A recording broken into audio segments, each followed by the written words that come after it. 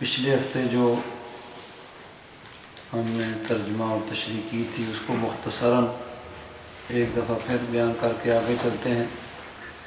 یا ایھا الذین آمنوا اذکروا اللہ ذکرا کثیرا، اے ایمان والو اللہ تبارک و تعالیٰ کا کثرت سے ذکر کرو۔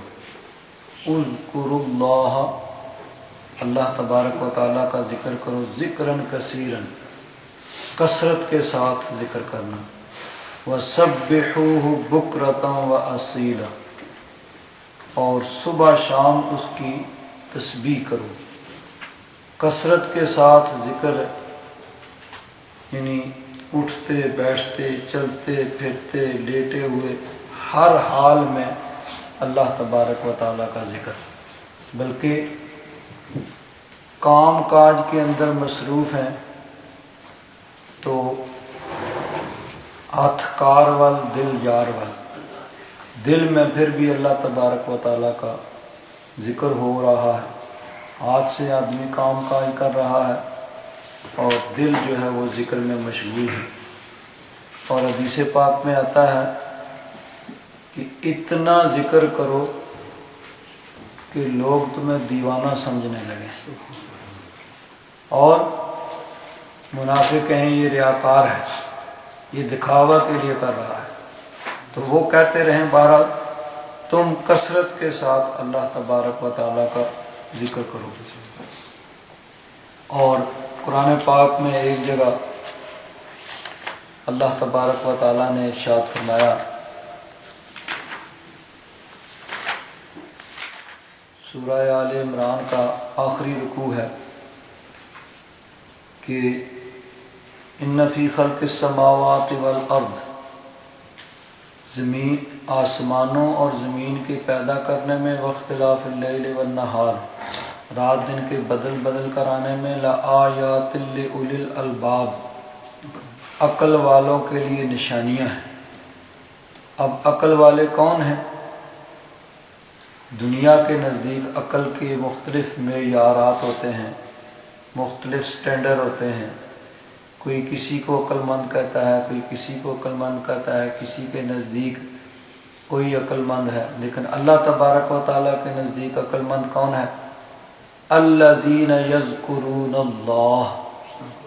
جو اللہ کا ذکر کرتے ہیں وہ عقل مند ہے۔ اللہ تبارک و تعالیٰ کے نزدیک معیار عقل مند ہونے کا کیا ہے؟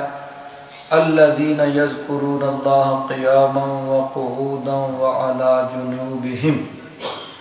جو کھڑے بیٹھے لیٹے ہر حال میں اللہ تبارک و تعالیٰ کا ذکر کرتے ہیں۔ وَيَتَفَكَّرُونَ فِي خَلْقِ السَّمَاوَاتِ وَالْأَرْضِ، آسمانوں اور زمین کی اس کے بنائے جانے میں، اس کے بارے میں غور و فکر کرتے ہیں، اور اس طرح عرض کرتے ہیں ربنا ما خلقت ھذا باطلا، اے رب ذوالجلال یہ سارا نظام کائنات تو نے بے مقصد ہی باطل نہیں بنا دیا، اس کے بنانے کا کوئی مقصد ہے۔ سبحانک فقنا عذاب النار، پھر اللہ تبارک و تعالیٰ کی بارگاہ میں اس طرح عرض کرتے ہیں کہ مولا تو پاک ہے، تیری شان بلند ہے، تو ہمیں دوزخ کے عذاب سے محفوظ فرما۔ تو اللہ تبارک و تعالیٰ کے نزدیک عقل مند وہ ہیں جو کثرت کے ساتھ اللہ تبارک و تعالیٰ کا ذکر کرتے ہیں، کھڑے بیٹھے لیٹے ہر حال میں۔ تو ذکر، اللہ تبارک و تعالیٰ کا ذکر ہر حال میں یعنی کرنے کا حکم دیا گیا ہے۔ اب اس میں بہتر تو یہ ہے کہ آدمی طہارت اور باوضو ہو، لیکن اگر وضو نہیں ہے تو پھر بھی زبان کے ساتھ ذکر جو ہے وہ کر سکتا ہے۔ ہاں ایسی جگہ ذکر نہیں کرنا چاہیے جہاں ذکر کی بے ادبی ہو، جس طرح انسان مثلا بیت الخلاء ٹوائلٹ وغیرہ جاتا ہے تو وہاں پہ یعنی ذکر وغیرہ یہ نہیں ہے۔ اسی طرح جب غسل کر رہا ہے، جسم برہنہ ہے، تو ہر ایسی حالت جس میں ذکر کی بے ادبی ہو وہاں پہ ذکر نہیں کرے گا۔ باقی ہر حال میں بہتر یہ ہے کہ باوضو ہو، لیکن اگر وضو نہیں ہے تو پھر بھی یعنی ذکر اللہ تبارک و تعالیٰ کا، کلمہ شریف کا ذکر، کوئی بھی ذکر جو ہے درود شریف جو ہے وہ پڑھا جا سکتا ہے، سوائے اس جگہ کے جہاں بے ادبی کا خدشہ ہو۔ تو کثرت کے ساتھ اللہ تبارک و تعالیٰ نے ذکر کرنے کا حکم دیا۔ هو الذی یصلی علیکم وملائکتہ، اللہ تبارک و تعالیٰ وہ ہے جو تم پر اپنی رحمتیں نازل فرماتا ہے، وملائکتہ، اور اس کے فرشتے بھی تمہارے لیے دعائے رحمت کرتے ہیں، لیخرجکم من الظلمات الی النور، تاکہ وہ تمہیں اندھیروں سے روشنی کی طرف نکال کر لے آئے۔ اب دیکھیے یہاں بھی قرآن پاک میں جہاں پر بھی اس طرح کا مضمون بیان ہوا ہے، ظلمات جمع کا صیغہ استعمال ہوا ہے۔ ظلمتن کا معنی ہوتا ہے اندھیرا، ظلمات اندھیرے، اور اس کے مقابلے میں نور یہ واحد کا صیغہ استعمال ہوا ہے۔ یہاں انوار کا لفظ استعمال کہیں نہیں ہوا۔ قرآن پاک میں ہر جگہ پہ جہاں یہ مضمون اس طرح بیان ہوا ہے، ظلمات جمع کا صیغہ استعمال ہوا ہے اور نور واحد کا صیغہ استعمال ہوا ہے، جس طرح یہ تیسرے سپارے کے شروع میں بھی ہے،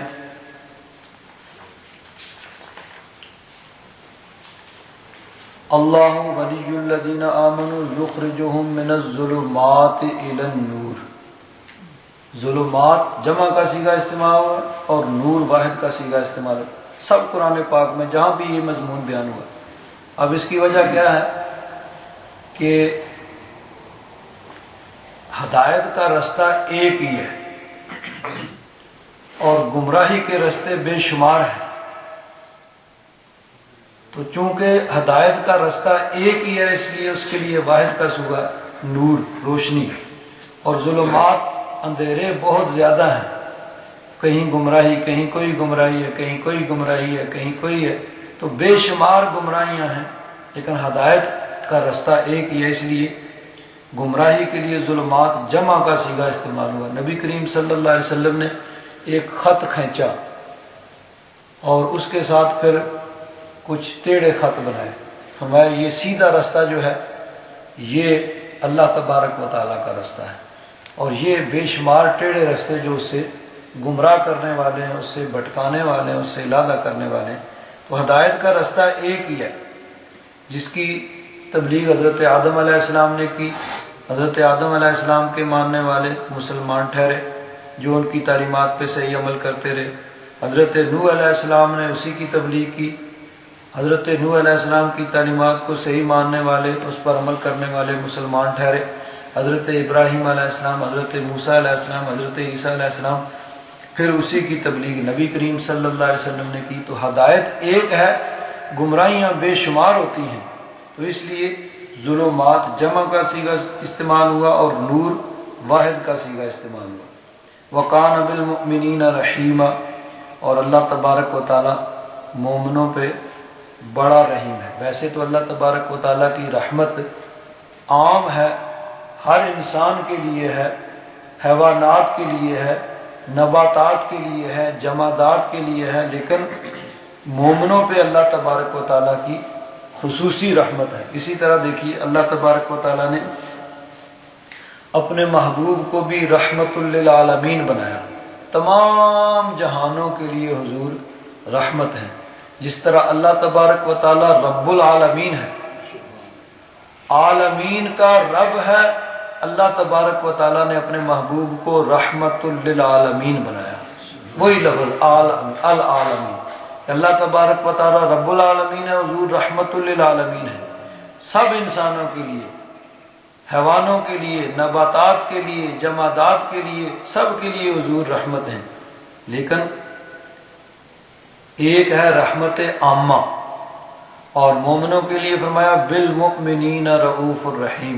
کہ میرا محبوب مومنوں کے لیے رؤوف الرحیم ہے، کہ میرے محبوب کی خصوصی شفقت اور رحمت ہے مومنوں کے لیے۔ تو اسی طرح اللہ تبارک و تعالیٰ سب کے لیے کرم فرمانے والا ہے، لیکن مومنوں پر اللہ تبارک و تعالیٰ کا خصوصی کرم ہے۔ تحیتہم یوم یلقونہ سلام، جس دن وہ مومن اللہ تبارک و تعالیٰ کی بارگاہ میں حاضر ہوں گے تو آپس میں ایک دوسرے کو ان کا تحیہ یعنی ملتے وقت جو سب سے پہلا کلام ہوتا ہے وہ سلام، ایک دوسرے کو سلام کریں گے۔ وَأَعَدَّ لَهُمْ أَجْرًا كَرِيمًا، اور اللہ تبارک و تعالیٰ نے ان کے لیے بہترین بہت پیارا اجر تیار کر رکھا ہے۔ یا ایہا النبی، اے نبی، اے غیب کی خبریں دینے والے، اے میرے محبوب، انا ارسلناک،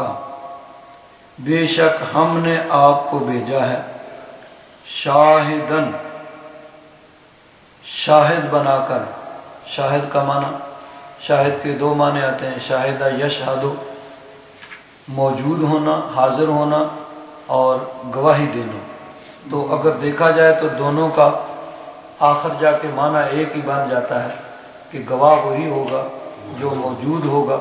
جو واقعہ کے وقت موجود ہوگا وہی گواہی دے گا۔ تو دونوں معنی کے اعتبار سے آگے معال آخر کار ایک ہی معنی بن جاتا ہے۔ تو اللہ تبارک و تعالیٰ نے اپنے محبوب کو شاہد بنایا، حضور گواہ ہیں۔ قیامت کے دن بھی جب انبیاء کرام اللہ تبارک و تعالیٰ کی بارگاہ میں پیش ہوں گے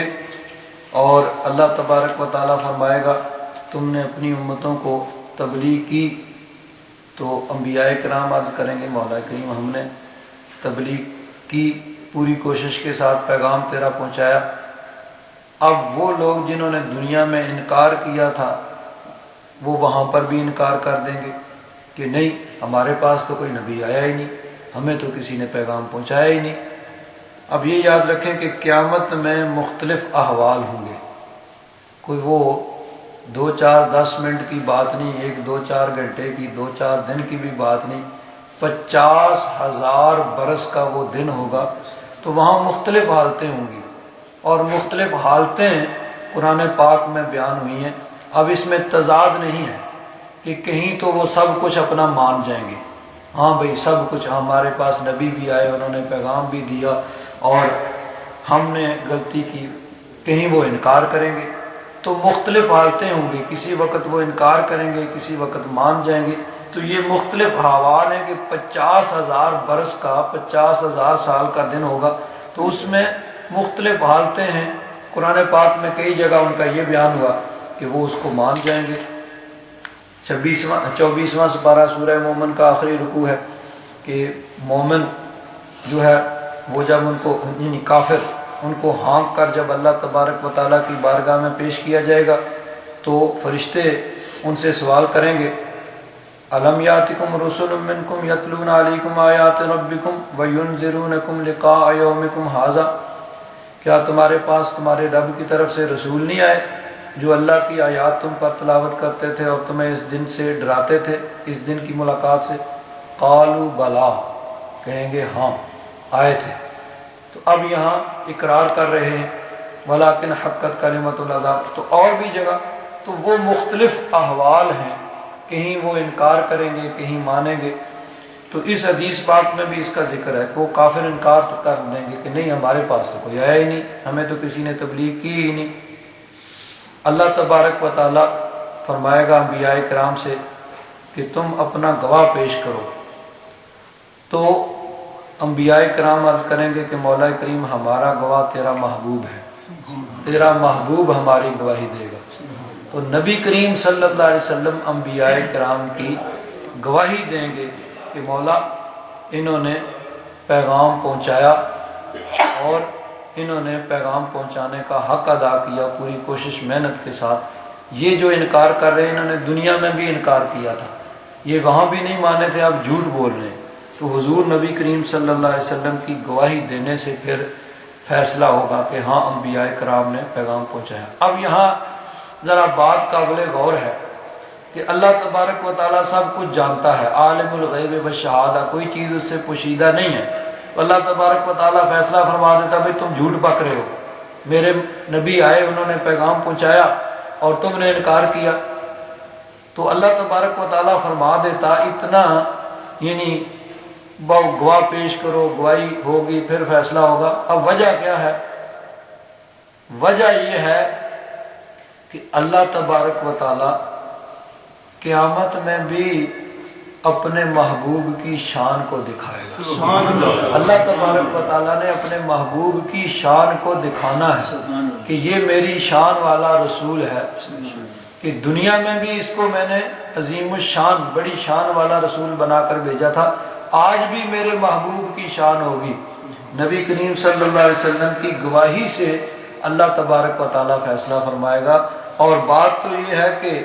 اب قیامت کے دن اللہ تبارک و تعالیٰ چاہے تو ٹھیک ہے بھائی،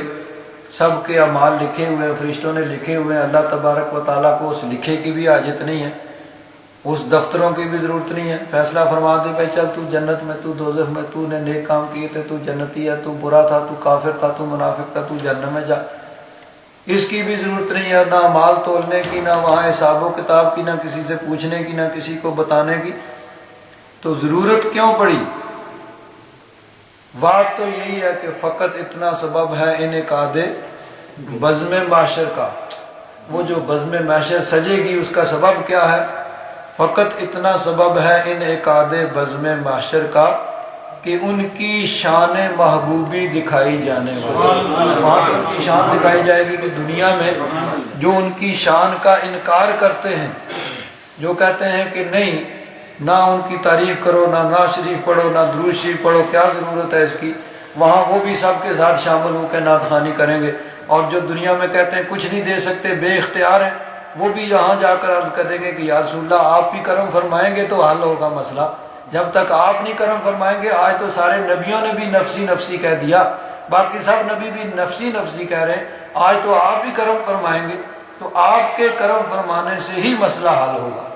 اللہ تبارک و تعالیٰ کی بارگاہ میں حاضر ہوں گے، لیکن اللہ تبارک و تعالیٰ کرم اسی وقت فرمائے گا جب محبوب سفارش کریں گے، وہ حضور شفاعت کریں گے، تبھی جا کے حساب کتاب ہی تبھی شروع ہوگا۔ تو اللہ تبارک و تعالیٰ نے وہ بزم معشر سجائی ہی اپنے محبوب کی شان دکھانے کے لیے، تو حضور نبی کریم صلی اللہ علیہ وسلم شاہد ہیں، وہاں بھی گواہی دیں گے، اور حضور ایسے شاہد ہیں کہ باقی سب نے گواہی دی سن کر، اور یہ شاہد ایسے ہیں جنہوں نے دیکھ کر گواہی دی کہ معراج کی رات اپنے رب کو اپنے سر کی آنکھوں سے دیکھا، اور سر کی آنکھوں سے دیکھ کر گواہی دی، اور فرمایا کہ میں نے زمین کو، آسمان کو، جنت کو، دوزخ کو، عرش کو، کرسی کو، سب کو دیکھ لیا، مجھے تو ایک رب العالمین ہی نظر آیا ہے، وہ رب العالمین وحدہ لا شریک ہے۔ تو سب نے رب کی توحید کی گواہی دی سن کر، اور محبوب نے گواہی دی دیکھ کر، تو اس لیے حضور ہیں شاہد، گواہ ہیں، وَمُبَشِّرًا، اور مبشر ہیں، خوشخبری سنانے والے ہیں، وَنَذِيرًا، اور ڈرانے والے ہیں، اللہ تبارک و تعالیٰ کی رحمت کی خوشخبری سنانے اور رب کے عذاب سے ڈرانے والے ہیں، وَدَاعِيًا إِلَى اللَّهِ بِإِذْنِهِ، اور رب ذوالجلال کی طرف بلانے والے ہیں اس کے حکم سے، وَسِرَاجًا مُنِيرًا، اور سراج منیر ہیں، چمکا دینے والے آفتاب، روشن کرنے والے سورج ہیں، وَبَشِّرِ الْمُؤْمِنِينَ، اور مومنوں کو خوشخبری سنائیے، بِأَنَّ لَهُم مِّنَ اللَّهِ فَضْلًا كَبِيرًا، کہ ان کے لیے اللہ تبارک و تعالیٰ کا فضل کبیر ہے، بہت بڑا فضل ہے ان پر اللہ تبارک و تعالیٰ کا، کہ اللہ تبارک و تعالیٰ نے اپنا محبوب ان میں بھیج دیا۔ وَلَا تُطِعِ الْكَافِرِينَ وَالْمُنَافِقِينَ، اور کافروں اور منافقوں کی اطاعت نہ کیجیے، ان کی بات نہ مانیے، وَدَعْ أَذَاهُمْ، اور ان کی اذیت تکلیف کو چھوڑ دیجیے، اس کو نظر انداز کیجیے، وَتَوَكَّلْ عَلَى اللَّهِ، اور اللہ تبارک و تعالیٰ پر بھروسہ کیجیے،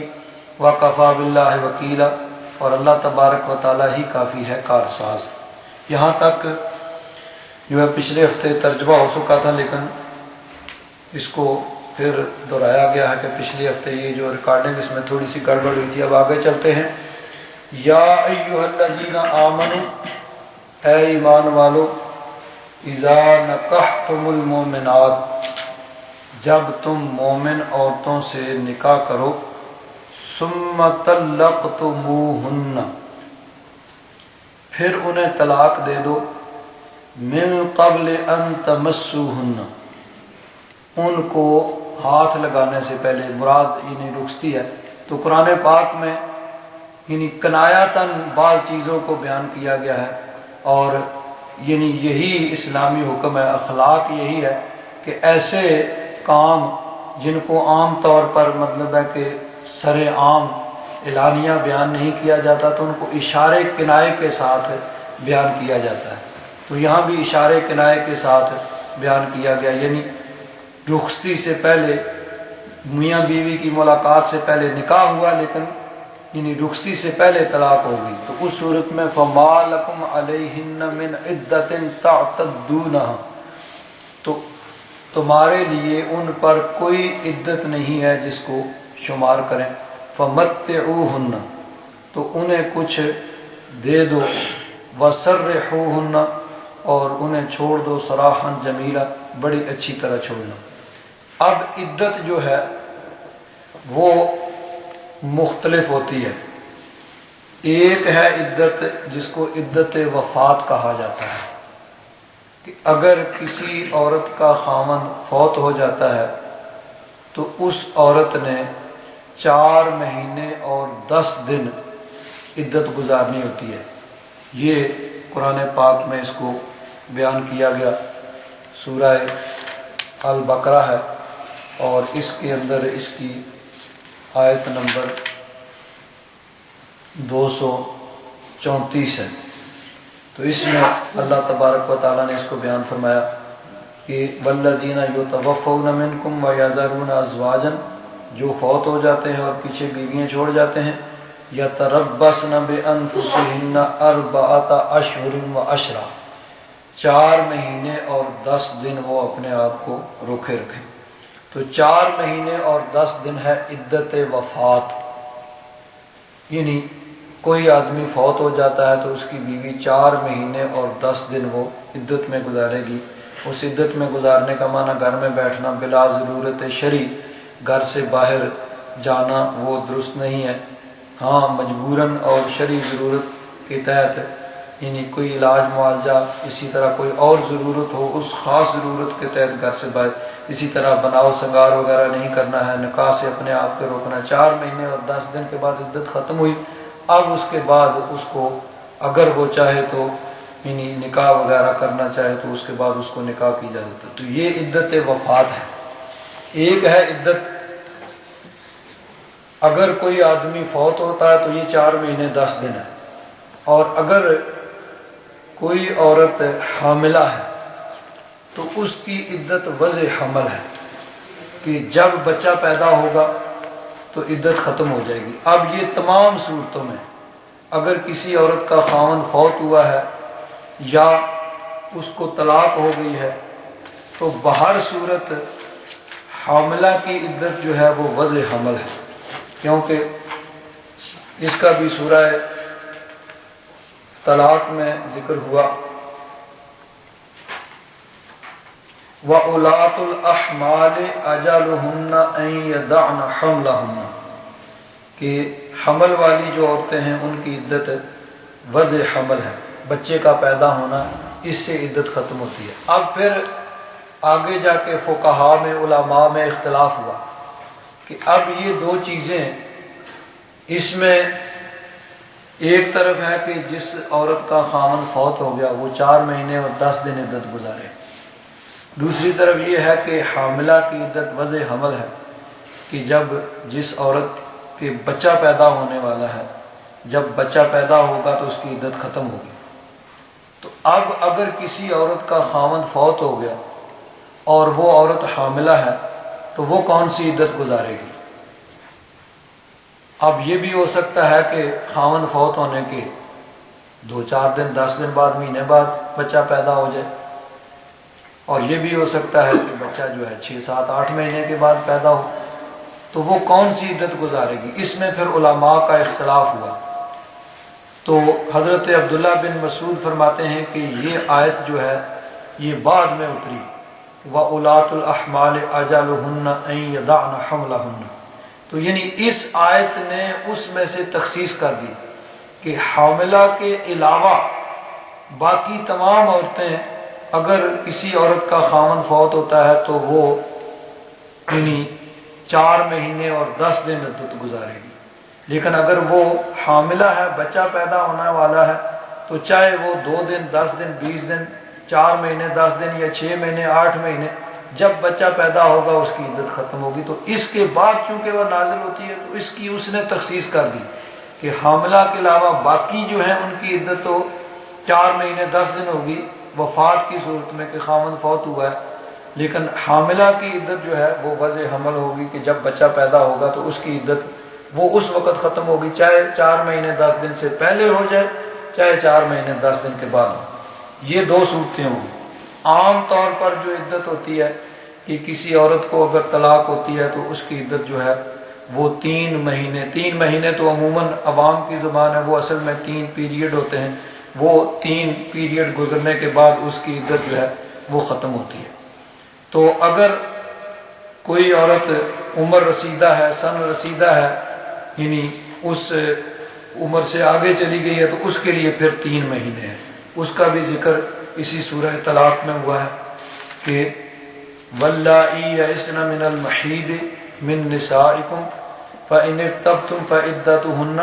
3 اشہر، 3 مہینے یعنی ان کی عدت،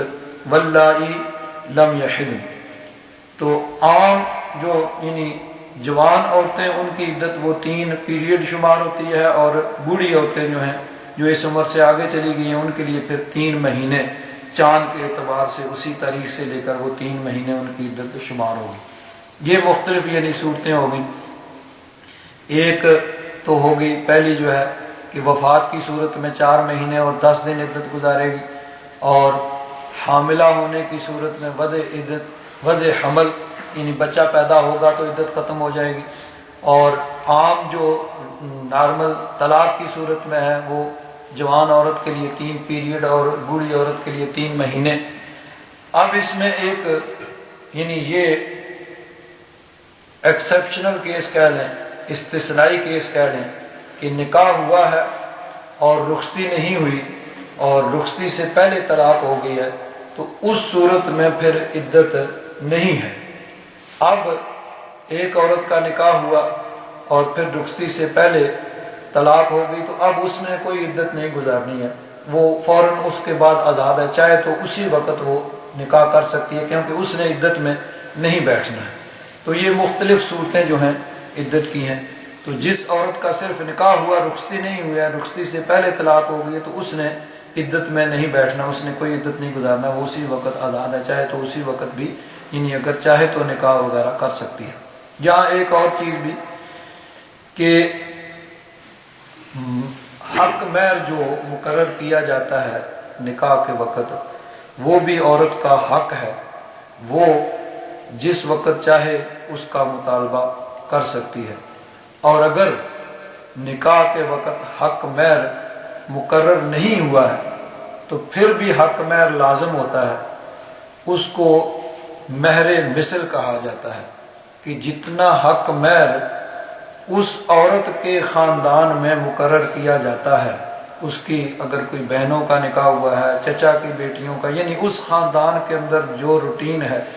اتنا پھر مہر مثل جو ہے وہ اس کا حق ہے، وہ اس کا کسی وقت بھی مطالبہ کر سکتی ہے۔ اب جب یعنی نکاح ہوا اور رخصتی سے پہلے طلاق ہو گئی تو اگر تو حق مہر مقرر ہوا تھا تو پھر اس کا نصف جو ہے آدھا حق مہر اس صورت میں دینا پڑے گا۔ اگر رخصتی کے بعد طلاق ہوتی ہے تو پھر پورا حق مہر جو مقرر ہوا تھا، اور مقرر نہیں ہوا تھا تو مہر مثل جو ہے وہ اس عورت کا حق ہے۔ لیکن اگر مقرر نہیں ہوا ہے تو پھر نصف جو ہے وہ دینا پڑے گا۔ اس کو بھی سورہ البقرہ کی آیت نمبر 236 میں بیان ہوا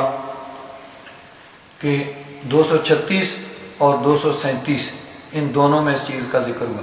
237 میں یہ ہے کہ وَإِن طَلَّقْتُمُوهُنَّ مِن قَبْلِ أَن تَمَسُّوهُنَّ وَقَدْ فَرَضْتُمْ لَهُنَّ فَرِيضَةً فَنِصْفُ مَا فَرَضْتُمْ، کہ جتنا حق مہر مقرر ہوا تھا اگر رخصتی سے پہلے طلاق ہو گئی تو نصف آدھا حق مہر جو ہے وہ دینا پڑے گا۔ اور اس سے پچھلی آیت جو ہے آیت نمبر 236، اس میں یہ ہے کہ اگر وہ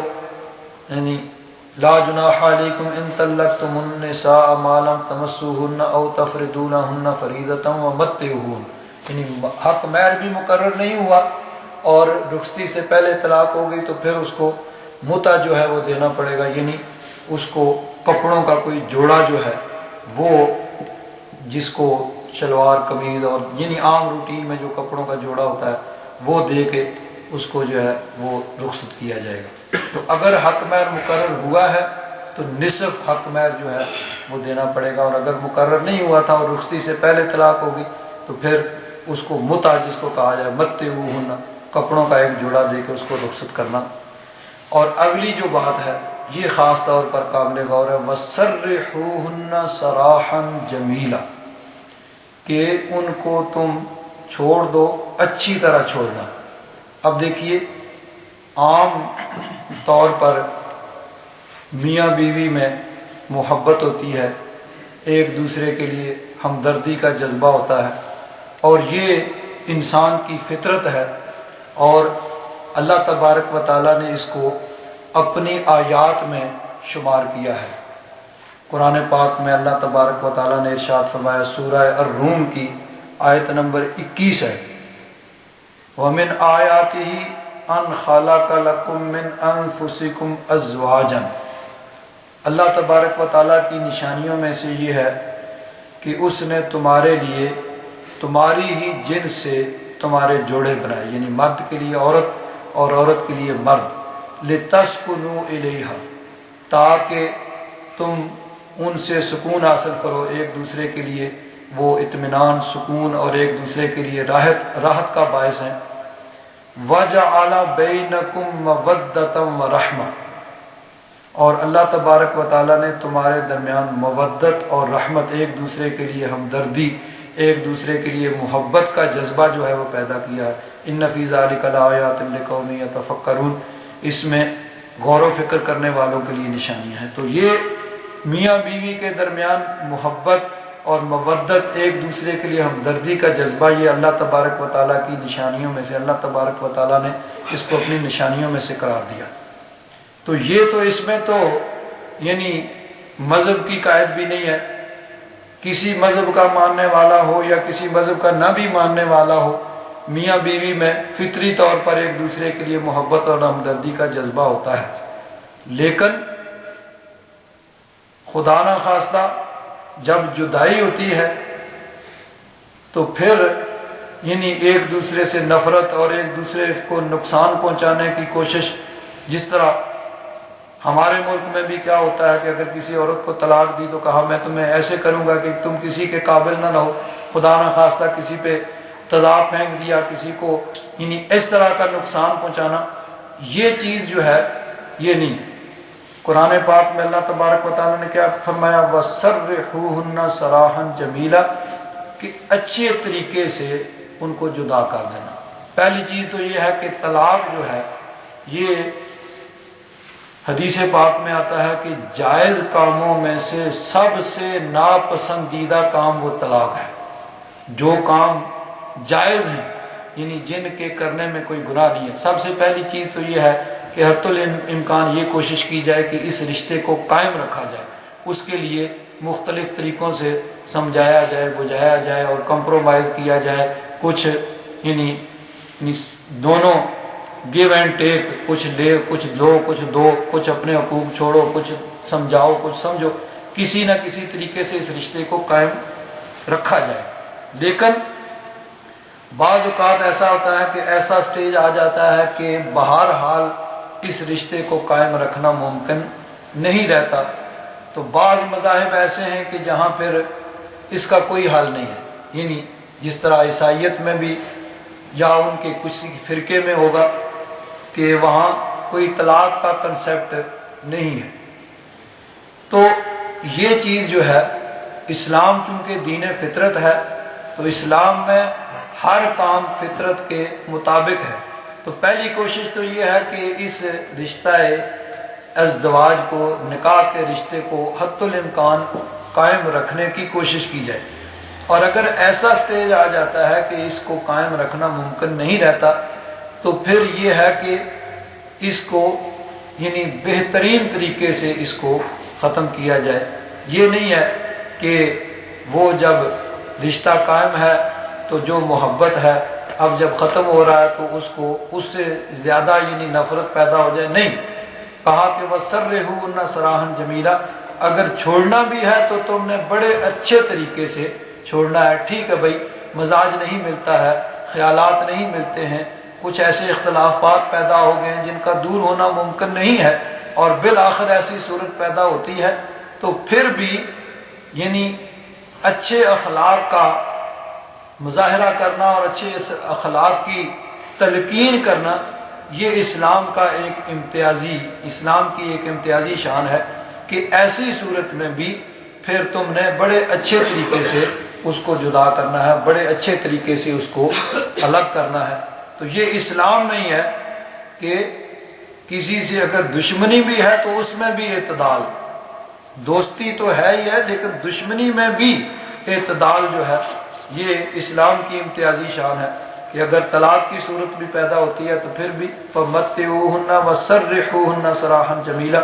ان کو کچھ متع دے کے، کچھ کپڑے وغیرہ دے کے، یعنی یہ اس صورت میں جب وہ پیچھے بیان ہوا کہ حق مہر مقرر نہیں ہوا ہے تو پھر اس کو یعنی بڑے اچھے طریقے سے چھوڑ دیا جائے. ایک سوال، ہاں جی، جہیز کے بارے میں کیا حکم ہے اسلام؟ جہیز عام طور پر اپنی حیثیت کے مطابق یہ سنت ہے. نبی کریم صلی اللہ علیہ وسلم نے حضرت فاطمہ الزہرا کو جہیز دیا جو اس زمانے کی روٹین کے مطابق تھا، اس میں سادگی کا مظاہرہ کیا، اور اس میں ظاہر بات ہے کہ اس وقت جو نبی کریم صلی اللہ علیہ وسلم نے جہیز دیا تھا وہ اس زمانے کی اس روٹین کے مطابق تھا، لیکن اس میں بھی حضور نبی کریم صلی اللہ علیہ وسلم نے سادگی کا مظاہرہ کیا.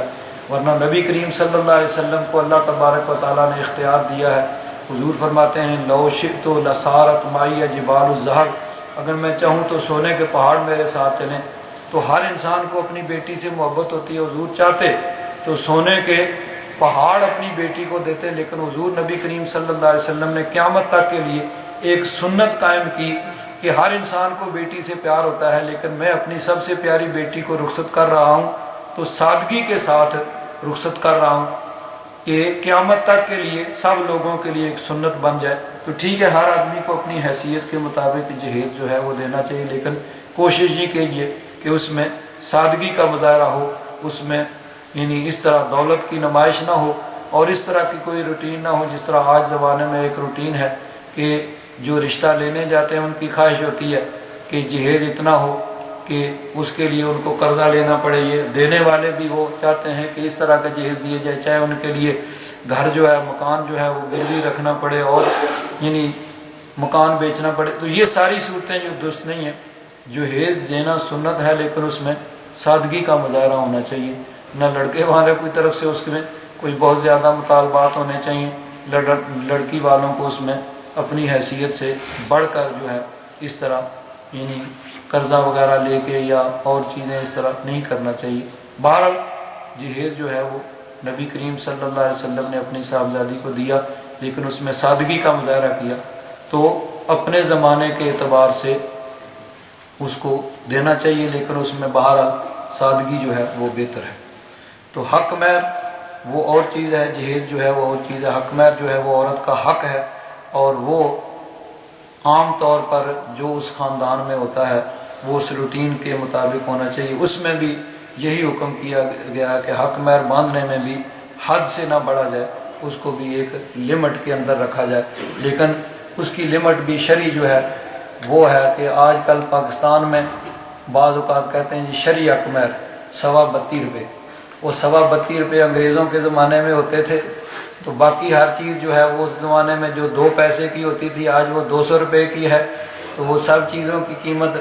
ہزاروں لاکھوں گنا بڑھ گئی، لیکن یہ جو ہے وہ 32.5 روپے وہ بھی کوئی شرعی نہیں ہے. شرعی یہی ہے کہ اس زمانے میں اس خاندان میں جو روٹین ہے اس روٹین کے حساب سے اس کو مقرر کیا جائے، لیکن اس میں بھی حد سے آگے نہ بڑھا جائے. آگے اللہ تبارک و تعالیٰ نے ارشاد فرمایا یا ایھا النبی، اے میرے نبی، اے محبوب، انا احللنا لک ازواجک اللاتی آتیت اجورہن، بے شک ہم نے آپ کے لیے حلال کی ہیں آپ کی وہ بیویاں جن کو آپ نے اجر یعنی حق مہر ادا کیا ہے، یعنی حق مہر ادا کر کے جن کے ساتھ آپ نے نکاح کیا ہے، وما ملکت یمینکم، اور وہ جو آپ کے دائیں ہاتھ کی ملکیت ہیں، یعنی وہ باندیاں، مما افاء اللہ علیکہ، جو اللہ تبارک و تعالیٰ نے مال غنیمت کے طور پر آپ کو عطا فرمائی۔ تو اب چونکہ غلام اور لونڈیوں کا دور کب سے ختم ہو چکا، اس زمانے میں چونکہ یہ چیز موجود تھی تو اس لیے اس کے احکام قرآن پاک اور احادیث مبارکہ میں بیان ہوئے۔ وبنات عمک، اور آپ کے چچا کی بیٹیاں، وبنات عماتک، اور آپ کی پھوپھیوں کی بیٹیاں، وبنات خالک،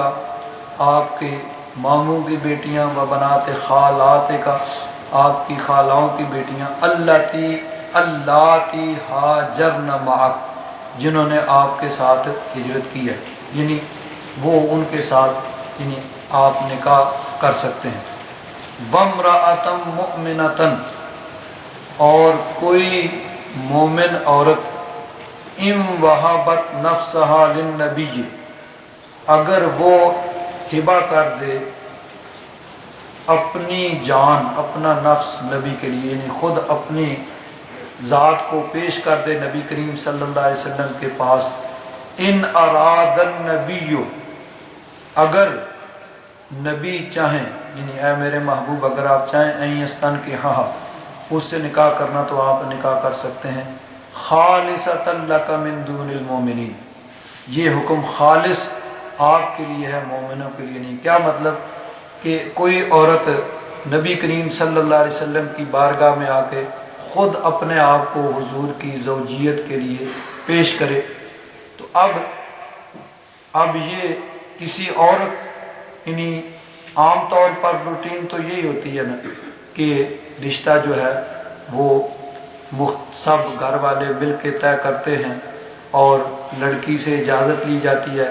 کہ تمہارا نکاح فلاں سے کر دیا جائے، اس کی طرف سے اجازت ہوتی ہے، پھر لڑکے کو کہا جاتا ہے بھی تمہارا نکاح فلاں بنت فلاں سے کر دیا، وہ کہتا ہے قبول ہے، یہ عام روٹین ہے۔ لیکن اگر وہ ایک ہی مجلس میں دونوں موجود ہیں تو اس طرح بھی ممکن ہے کہ لڑکا جو ہے وہ لڑکی سے، یعنی مرد عورت سے کہے میں اپنا نکاح تجھ سے کرتا ہوں، وہ کہے مجھے قبول ہے، یا لڑکی کہے میں اپنا نکاح تجھ سے کرتی ہوں، وہ لڑکا کہے مجھے قبول ہے۔ تو اب اس میں جو چیز ضروری ہوتی ہے وہ دو گواہوں کی موجودگی، دو مسلمان مرد یا ایک مسلمان مرد اور دو مسلمان عورتیں، ان کی موجودگی میں ایجاب قبول، یہ چیز جو ہے وہ ضروری ہے۔ ان کے سامنے جب ایجاب قبول، ایجاب کہتے ہیں جو پہلے کہا جاتا ہے، مثلا لڑکے کی طرف سے کہا جائے میں نے اپنا نکاح تجھ سے کیا، تو دوسرے کی طرف سے جو بات ہوتی ہے اس کو قبول کہا جاتا ہے، تو وہ کہے میں نے قبول کیا۔ تو جب دو گواہوں کی موجودگی میں ایجاب قبول ہو گیا تو نکاح درست ہے۔ اب اس میں شاہ صاحب کا ہونا یا قبلہ چشتی صاحب کا ہونا جو ہے یہ ضروری نہیں ہے، لیکن عام روٹین یہی ہے کہ اس طرح کا نکاح کا عوام جو ہے وہ قبول نہیں کریں گے، اس میں کسی یعنی عالم دین، کسی پڑھے لکھے، کسی بزرگ، کسی سمجھدار آدمی کا ہونا موجود ہے، اس کی موجودگی میں بہتر جو عام سنت طریقہ یہی ہے کہ ٹھیک ہے بھائی اس سے اجازت لی جائے لڑکی سے، اور لڑکے کو کہا جائے بھائی تیرا نکاح فلاں لڑکی سے فلاں بنت فلاں سے کیا، تو وہ کہے مجھے قبول ہے۔ تو اس طرح نکاح گواہوں کی موجودگی میں محفل، اور یہ بھی کہا گیا کہ نکاح جو ہے وہ اعلانیہ ہونا چاہیے، یعنی خفیہ طور پر چھپ کرنی، تو اس میں محفل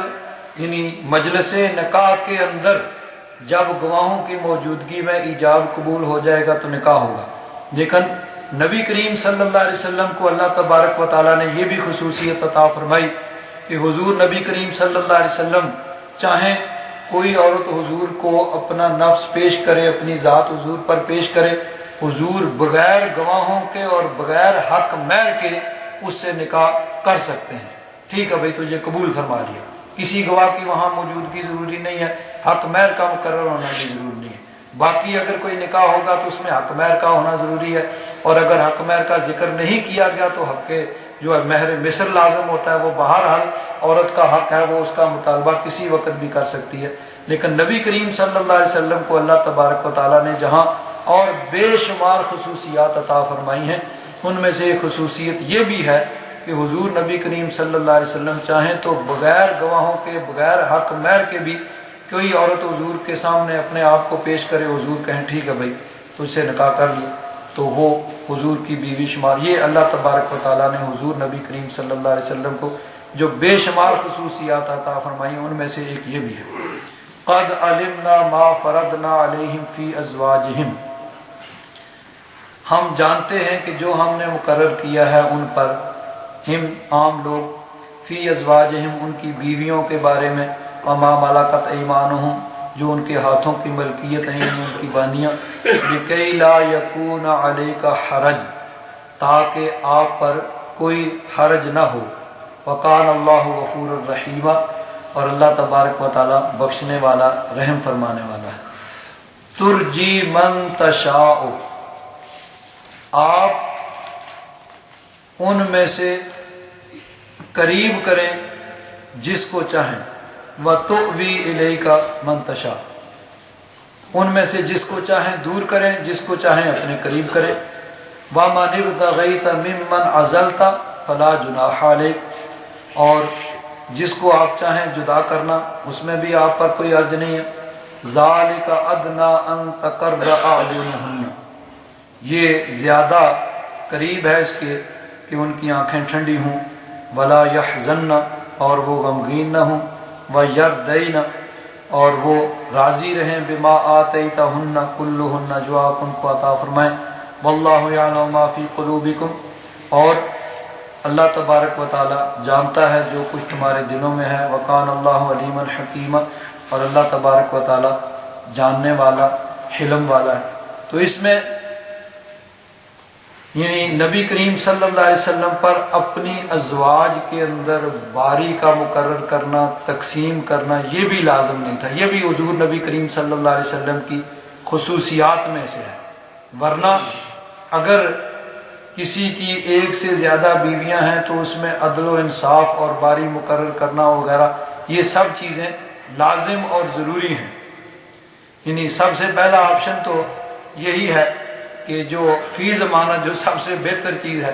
کہ ایک ہی سب سے بہتر ہے، کہ جب انسان دوسری کی طرف جانے کی کوشش کرتا ہے تو ہو سکتا ہے پہلی سے بھی ہاتھ دھو بیٹھے۔ تو بہرحال اسلام میں مختلف حکمتوں کے پیش نظر یہ حکمت ہے کہ مرد کو جو 4 تک کی اجازت دی گئی ہے اس میں بے شمار حکمتیں، اب اس میں اگر کوئی اس پہ اعتراضات کرتے ہیں تو وہ جہالت ہے یا تعصب ہے، اس میں بے شمار حکمتیں، اور سب سے جو بنیادی چیز یہ ہے کہ یہ حکم نہیں ہے کہ ضرور تم نے 4 کرنی ہے، اس میں ضرورتاً کسی حکمت کے پیش نظر 2، 3 یا 4 کی اجازت دی گئی ہے۔ اور آگے فرمایا جہاں اس چیز کی اجازت دی گئی ہے کہ 2، 3 یا 4 کی اجازت ہے تو آگے فرمایا فَإِنْ خِفْتُمْ أَلَّا تَعْدِلُوا فَوَاحِدَةً، کہ اگر یہ سمجھو کہ اگر یہ خوف ہو کہ عدل نہیں کر سکو گے تو پھر ایک ہی بہتر ہے، تو یعنی وہ حکم نہیں ہے بلکہ حکمت کے پیش نظر ضرورتاً اس کی اجازت دی گئی ہے۔ اس میں بے شمار حکمتیں ہیں، علماء نے بیان کی ہیں، اور بعض اوقات ایسی صورتیں پیدا ہوتی ہیں، تو لیکن بہرحال جو ہے وہ اگر ایک سے زیادہ ہیں تو اس میں عدل و انصاف اور باری مقرر کرنا وہ بہت ضروری ہے۔ کہ نبی کریم صلی اللہ علیہ وسلم نے فرمایا کہ اگر کسی کی 2 بیویاں ہیں اور وہ ایک کی طرف اس طرح جھک گیا کہ دوسری کو معلق چھوڑ دیا کہ نہ وہ یعنی شادی شدہ میں ہے اور نہ وہ بغیر خاوند کے وغیرہ اس طرح کی ہیں، تو اب وہ قیامت کے دن اس طرح آئے گا کہ اس کا ایک طرف جو ہے وہ فالج زدہ ہوگا۔ تو اس لیے باقی کوئی بھی انسان اس پہ باری مقرر کرنا اور اس کے درمیان عدل و انصاف ضروری ہے۔ نبی کریم صلی اللہ علیہ وسلم کو اللہ تعالیٰ نے یہ بھی خصوصیت عطا فرمائی، اللہ تبارک و تعالیٰ نے فرمایا کہ محبوب آپ پر یہ چیز بھی لازم نہیں ہے۔ اور حضرت پیر کرم شاہ صاحب رحمۃ اللہ تعالیٰ علیہ نے فرمایا کہ اللہ تبارک و تعالیٰ نے حضور کو یہ اختیار اس لیے دیا کہ حضور نبی کریم صلی اللہ علیہ وسلم کی ذات سراپائے عدل تھی. حضور نبی کریم صلی اللہ علیہ وسلم سے یہ تصور بھی نہیں ہو سکتا تھا کہ حضور نبی کریم صلی اللہ علیہ وسلم کسی پر ظلم اور زیادتی فرمائیں گے. تو بہرحال یہ بھی اللہ تبارک و تعالیٰ نے حضور کو خصوصیت عطا فرمائی کہ حضور پر ان کے اندر باری مقرر کرنا لازم نہیں تھا، لیکن پھر بھی نبی کریم صلی اللہ علیہ وسلم نے یعنی یہ اجازت اور خصوصیت حاصل ہونے کے باوجود اس خصوصیت کو حضور نے اختیار نہیں فرمایا، بلکہ تمام ازواج کے درمیان حضور نبی کریم صلی اللہ علیہ وسلم نے یعنی باری کو مقرر کیا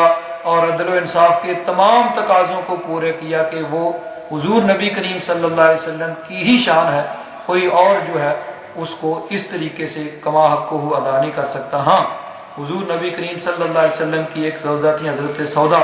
انہوں نے اپنی باری حضرت عائشہ صدیقہ رضی اللہ تعالی عنہا کو اپنی مرضی سے ہبہ کر دی تھی، بخش دی تھی، تو وہ انہوں نے اپنا حق یعنی خود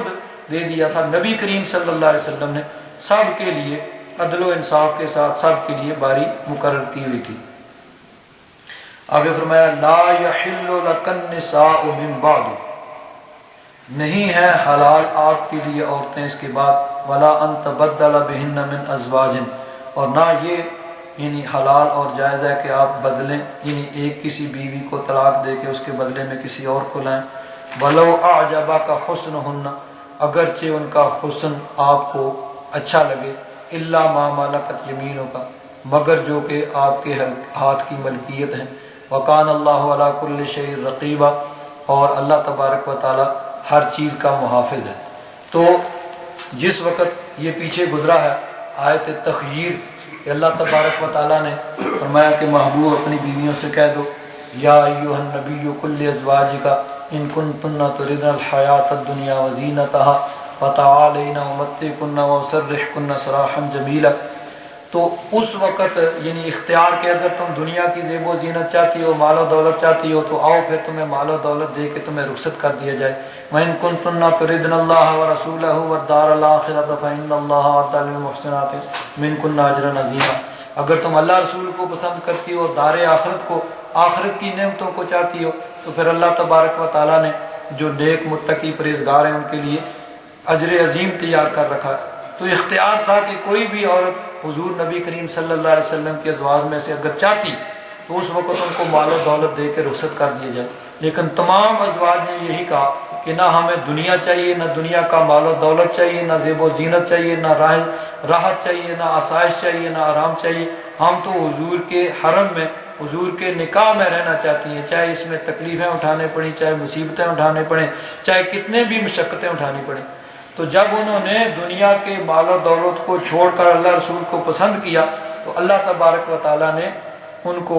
پھر دنیا میں اس کا یہ اجر عطا فرمایا کہ اس کے بعد نبی کریم صلی اللہ علیہ وسلم کو اللہ تبارک و تعالیٰ نے فرمایا کہ محبوب اب ان کے آگے اور کسی عورت سے آپ نکاح جو ہے وہ نہیں کر سکتے. بعض علماء نے یہ بھی لکھا ہے کہ یہ پابندی ختم بھی ہو گئی تھی، لیکن نبی کریم صلی اللہ علیہ وسلم نے بہرحال اس آیت کے نازل ہونے کے بعد پھر اور کوئی نکاح نہیں کیا. اس میں ایک بات اور بھی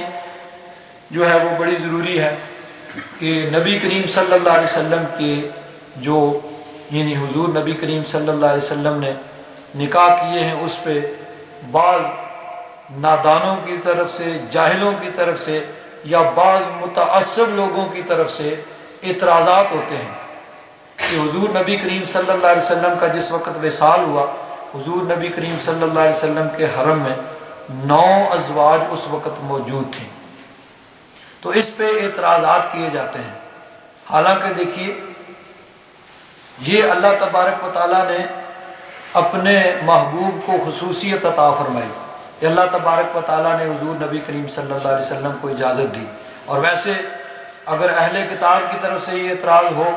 تو اہل کتاب کی کتابوں کے اندر، بائبل کے اندر موجود ہے کہ حضرت سلیمان علیہ السلام جن کو اللہ کا نبی مانتے ہیں ان کی کتنی بیویاں تھیں، حضرت داؤد علیہ السلام. تو پہلے انبیاء کرام میں بھی یہ روٹین رہی ہے کہ اللہ تبارک و تعالیٰ نے انبیاء کرام کو اس کی اجازت عطا فرمائی تھی. اور نبی کریم صلی اللہ علیہ وسلم آپ کا نکاح یعنی یہ جو حضور نبی کریم صلی اللہ علیہ وسلم نے مختلف نکاح کیے ہیں وہ کسی حکمت کے پیش نظر ہیں کہ کچھ ایسی عورتیں بیوہ ہوئیں جن کے خاوند جنگوں میں شہید ہوئے اور وہ بے سہارا تھیں، حضور نبی کریم صلی اللہ علیہ وسلم نے ان کو سہارا دیا۔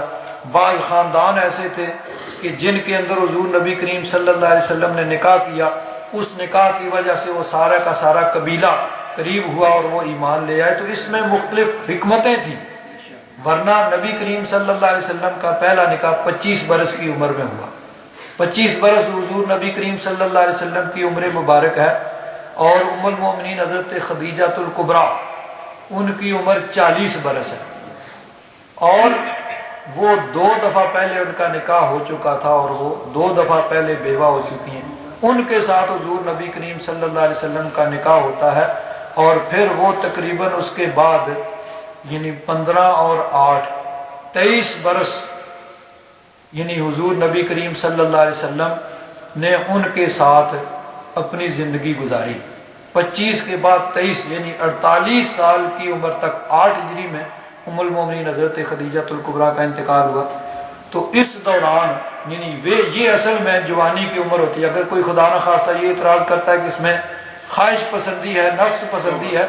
تو خواہش تو انسان کی جوان ہوتی ہے 25 سے 30 40 سال کی عمر تک۔ 40 سال کے بعد تو پھر بڑھاپا شروع ہو جاتا ہے۔ تو 48 سال کی عمر تک، 25 سے لے کر 48 برس کی عمر تک حضور نبی کریم صلی اللہ علیہ وسلم نے یعنی ان کی عمر اگر 40 برس تھی تو اس کے آگے 23 اور جمع کیے جائیں تو ان کی عمر وفات کے وقت 63 برس بنتی ہے۔